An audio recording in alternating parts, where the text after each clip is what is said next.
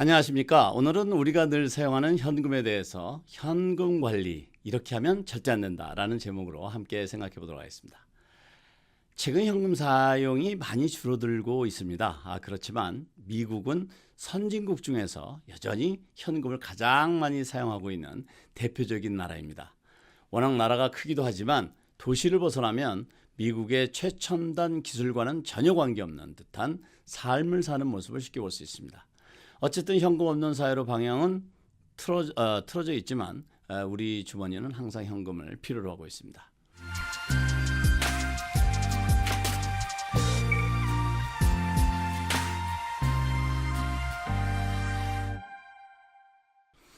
결국은 여전히 현금 거래가 많이 있기 때문에 현금 관리는 예나 지금이나 중요합니다. 비즈니스를 할 경우 간혹 소득을 줄일 요량으로 현금으로 받은 매상 중의 일부를 비즈니스 계좌에 입금하지 않고 개인 계좌에 입금하는 경우를 보게 됩니다. 이런 분들은 비즈니스 계좌에 입금된 것만 소득이라고 생각하는 경우가 많은데요. 그렇지만 국세청에서 감사가 나오면 개인 계좌를 꼭 보게 됩니다. 이때 자신이 소득 보고한 금액보다 더 많은 금액이 개인 계좌에 입금이 되었다면 그 차액이 어디서 났는지를 꼭 물어보게 됩니다. 이때 돈의 출처를 증빙자료와 함께 명확히 지출하지 못하게 되면 그 차액만큼 소득으로 간주되어서 세금과 벌금 그리고 이자가 부과되게 됩니다. 따라서 내 개인 계좌의 소득이 아닌 현금이 되었건 빌린 돈이 되었건 어떤 돈이 들어갔다면 그 돈의 출처에 대한 자료를 잘 보관해 두는 것이 매우 중요합니다.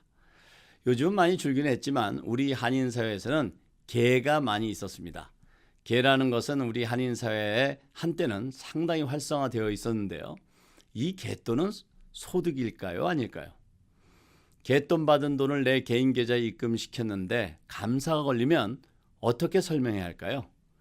한 가지 분명한 것은 개돈은 비즈니스에서 들어온 돈이 아니라는 것입니다. 이와 같이 비즈니스 또는 급여를 받아서 입금한 것이 아닌 돈에 대해서는 그 출처를 명확히 해두고 관련 자료를 잘 보관해 두는 것이 매우 중요합니다. 우리 한인들의 개와 미국 국세청과의 관계에 대해서는 제가 별도 영상에서 좀 더 자세히 설명드리도록 하겠습니다. 그리고 정부에서는 다양한 방법으로 현금 거래에 대한 관리를 하고 있습니다. 우선 은행에 현금을 1만 달러 이상 디파짓하게 되면 은행에서는 CTR, 즉 Cash Transaction Report를 연방국세청 IRS에 의무적으로 보고하게 되어 있습니다. 1970년부터 시작된 이 CTR은 머니 라운더링을 막기 위해서 취한 방법으로 금융기관들이 지켜야 할 안티 머니 라운더링 의무의 일부입니다. 그렇지만 은행이나 정부기관 그리고 상장회사들의 거대한 현금 거래는 이 보고 의무에서 제외됩니다. 그리고 주의해야 할 것은 이 1만 달러 규정을 피하기 위해서 1만 달러 미만의 금액을 나누어서 입금하는 방법을 사용할 경우에는 이를 스트럭처링이라고 해서 불법으로 간주될 수 있다는 점입니다. 그리고 이러한 방법은 SAR이라고 해서 Suspicious Activity Report를 하도록 규정되어 있다는 점 역시 간과해서는 안 되겠습니다.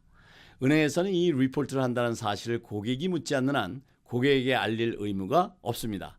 그래서 1만 달러 이상 현금 거래를 했거나 또는 이 CTR을 피하기 위해서 나누어서 입금시켰던 분들이 나중에 은행에서 보고했을 수도 있다는 말을 듣고 놀라는 경우가 있는데 그것은 은행에서 이런 보고를 한다는 말을 고객에게 공지하지 않기 때문인 것입니다.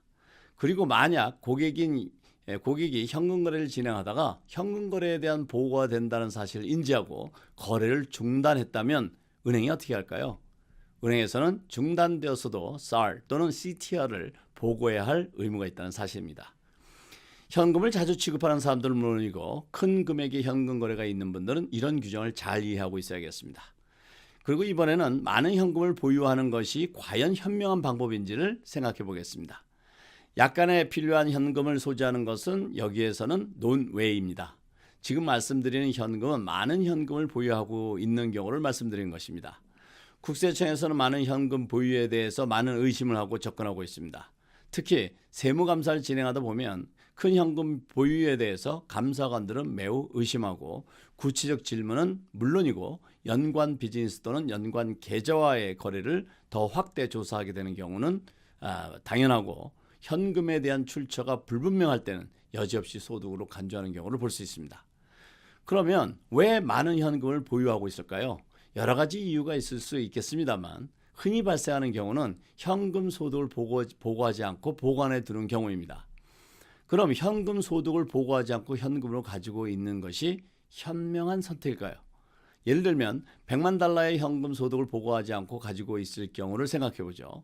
보고하지 않은 현금은 사용이 쉽지 않습니다. 그렇다 보니 10년이 지나도 그대로 100만 달러로 남아 있을 수밖에 없죠.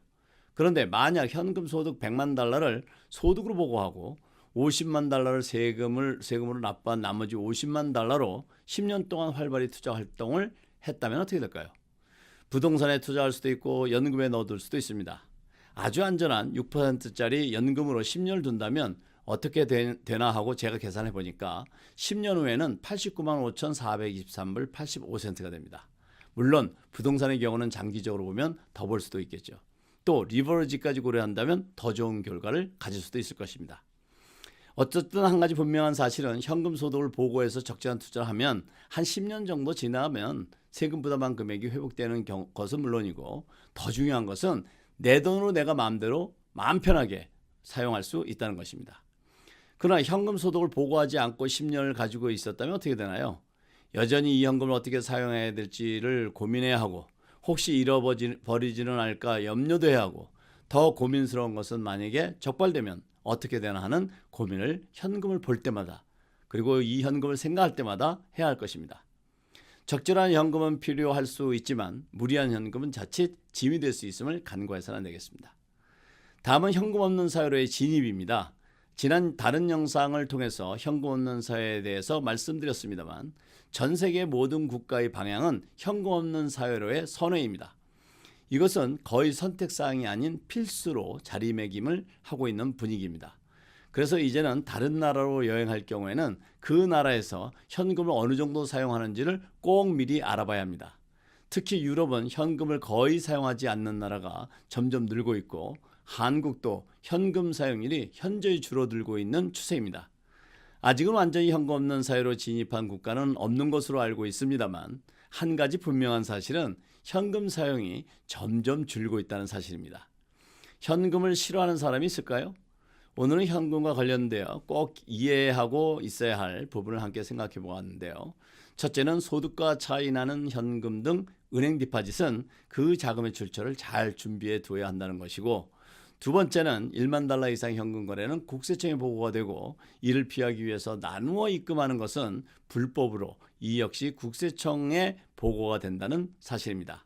세 번째는 세금 안 내고 잠자고 있는 현금보다는 세금 내고 양재에서 활발히 활동하는 현금이 더 좋다는 것을 예를 들어 말씀드렸고 네 번째는 현금 없는 사회로 가는 세계의 트렌드를 말씀드렸습니다. 오늘은 여기까지입니다. 감사합니다.